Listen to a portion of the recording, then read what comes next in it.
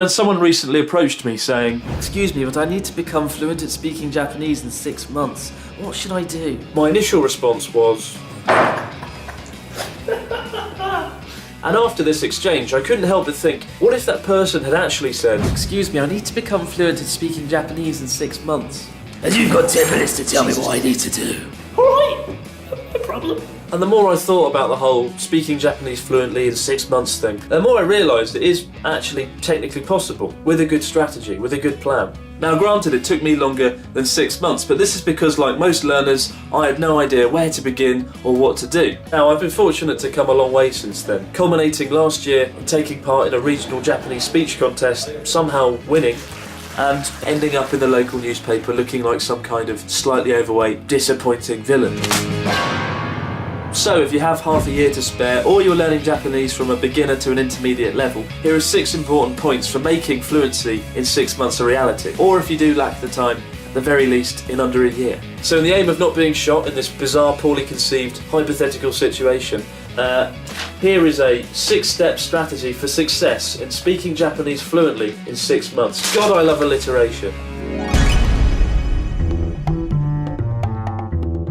So the first thing you need to become fluent at speaking Japanese is the core vocabulary and grammar. But how much is this? Well, probably not as much as you think. I discovered this when I came to Japan and befriended someone who is very much fluent in conversation, but knew surprisingly little Japanese. I won't reveal his name or face, suffice to say, his greatest quality is that he's from Canada, and so for the rest of this audio-visual experience, we'll be referring to him as Canadian Guy. The Canadian Guy came to Japan having learned his Japanese from the popular textbooks Genki 1 and Genki 2, and then he just couldn't be bothered to learn anything more. Because admittedly, he found he didn't need to. He already had enough Japanese to be able to have good conversations with people. And after I'd finished using both books, I also found I knew enough to be able to have good, everyday conversation. But how much Japanese is that exactly? And can it be learned in 6 months? The books take you up to JLPT 4 N4 level, which is around 1,000 words. And whilst the books do contain big scary kanji characters, they also contain hiragana and katakana, meaning you can progress through them without being held back by kanji. And as there are 22 chapters and 24 weeks in which to learn them, a rate of 1 chapter a week is more than manageable, with 2 weeks left over to learn hiragana and katakana if you need to. Now at this point, I expect everyone and their cat is shouting, 1,000 words in 6 months? It simply can't be done. To which I say, let's be ruthless and say we have 1,500 words to learn in 5 months, because we want to use the 6th month to review the things we've learned and enjoy muffins. Oh. Basic math tells us that comes to a staggering 10 words a day. But if, like me, you have trouble remembering vocabulary, use a memorization website like Memrise, where you can learn new vocabulary daily, and you'll find that it makes this 6-month target disgustingly achievable. Fluency with just 1,000 words? Nonsense. But it's important to remember that the 1,000 most commonly used Japanese words represent 70% of the everyday spoken language, because the words are used that frequently. Of course, simply just by knowing them won't make you fluent. That's what the other 5 tips are for. But you can't go anywhere without the essentials, so make sure you learn them, and learn them well. Now, what was point 2? Conversation fillers are the words we use when we hesitate mid-sentence. So, you know, like... Ultimately, they have no meaning, but they still play a vital role during conversation. And then there's back-channeling, which are words that we use to show that we're listening in during conversation. Alright, yeah. And you'll benefit massively from using them when you speak Japanese, because not only will you sound more like a native speaker, but early on when you find it difficult to recall a word mid-sentence, you'll be able to use the filler to buy yourself time until you can remember the word. Example.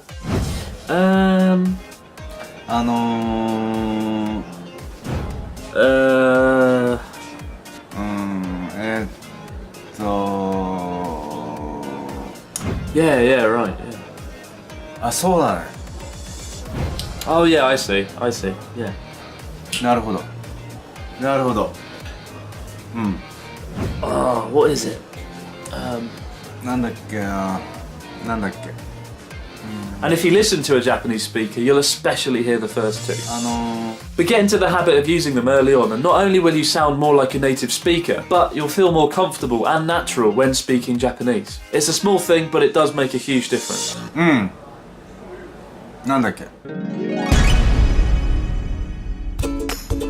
Fairly obvious, once you've started learning Japanese, naturally, you want to start practicing and using it with native speakers of Japanese in conversation. And if you plan to be fluent in 6 months, you would need to speak to someone for about 1 hour every week. Do that and 6 months is completely achievable. So find a conversation partner or a Japanese teacher and you'll be fluent in no time at all. Yeah! Oh wait, there's literally no native speakers of Japanese outside of Japan.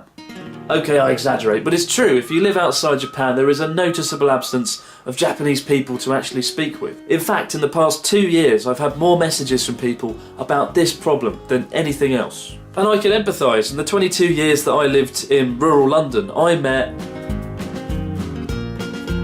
2 Japanese people. And that was in London, one of the biggest cities in the entire fucking solar system. But you and I are very lucky because we have something that I like to call the internet. We don't need to let silly things like time and space get in our way because there are already tons of awesome Japanese people online who will have conversation with you or teach you Japanese. And for me, the best place to meet them is italki, a website where you can not only find Japanese conversation partners freely, but also find native speakers who can become your personal tutor over the internet. And in fact, despite living in Japan, even I use online tutors, as it's more convenient than driving for half an hour to the local community centre, sitting in a group waiting for my turn while people practice the phrase "Kore wa pen desu." I can have my class anywhere I want, sitting there, eating the chocolate, talking one-on-one to a personal tutor over Skype. And unlike having a regular tutor, which costs literally billions of dollars, having an online teacher is actually affordable enough to use weekly. Now, because I live in Japan, I can practice conversation with friends. But honestly, it's still no substitute for having an experienced teacher who can check your pronunciation, correct your mistakes, and explain sentence structures that literally make no sense. So not only is the future already here, but it turns out it's more convenient, more flexible, and actually affordable. Unlike the chocolate, which feels like the posh kid standing in the corner of the room boastfully claiming that it comes from bean to bar. Bean to bar, look at that, bean to bar. What, unlike normal chocolate, which merely goes from bean to disillusionment? You bastard. So definitely check out italki at the link below, and if you do, having messaged the guys there, they were kind enough to donate vouchers to anyone watching this video, which is pretty good as it's something useful you can actually use. Visit the link below, sign up for free, and if you decide to book a tutor before April 30th, you'll get another lesson for free. Finally, the Abroad Japan channel has been nice. Oh, and to those people that often ask me, Can't I just practice conversation by speaking Japanese into Google Translate? get out, just go. This next tip genuinely changed my Japanese speaking life. When you start learning Japanese, and indeed long after you've started learning Japanese, you'll often find yourself not knowing a word or how to say something a ridiculous amount of the time. And nothing kills the conversation and demotivates you more than when this happens. But the solution is simple. You need to learn 10,000 words and 2,200 kanji characters. And you should finish just in time to be dead. Or you can learn how to overcome mental blocks and explain things you don't know using the basic grammar you've already learned. Duh. Because the key to fluency is to think in Japanese and to work around these problems like you would in your native language. But you can do the exact same thing in Japanese at a fairly early stage, having learned something called nominalization and using concept words like mono, koto, jotai and tokoro. I first learned this from Canadian guy, because he always appeared fluent in conversation despite his limited knowledge. And it turned out he was just confident in using explanatory phrases to get around difficult situations. But let's have some examples. Say I'm having a really bad day. 今日何してたの？今日の朝さ、家賃の払わなきゃいけなかったから、部屋を貸してくれる人はなんていう？それって大家さんでしょ。あ、うん。親さんに会いに行ったんだ。その後さ、コンビニに行って新しい物を着るものなんだっけ？ハサミ、シザーズ。ああ、そうそうそう、ハサミを買った。午後に静かな場所で勉強したかったから、本を貸し出すところはなんだっけ？それって図書館でしょ。あ、そう、図書館に行ってきた。図書館では何勉強したの？なんだっけ？綺麗な字を書くことを勉強していた。あ、書道。Calligraphy. Ah, sure, yeah, calligraphy. Yeah. And for the record, don't worry, our conversations aren't usually that shit. Change your thinking in this way and become fluent at problem solving, and you'll find a way to explain anything, even with a limited vocabulary. You'll find it makes a big difference to your overall confidence in speaking Japanese, particularly after you've been able to describe concepts like communism, having only used words like everyone and salad. Damn, I've got about a minute before I get shot. And I need a watch. Another tip for getting around those frequent mental blocks is synonyms. Early on, one of my biggest problems was if I couldn't recall a word, I would spend ages trying to recall it rather than move around it and find a different way of saying it. And this just led to frustration and breaking things. But the trick is to get into the habit of quickly switching and thinking up a different way of saying it. For example, if you want to say he's tall but can't remember the phrase sei ga takai, switch to an alternative and say he's big or he's not short. It takes a few weeks of practice to become good at this, but when you get into the habit of doing it, you'll save yourself a lot of time and stress.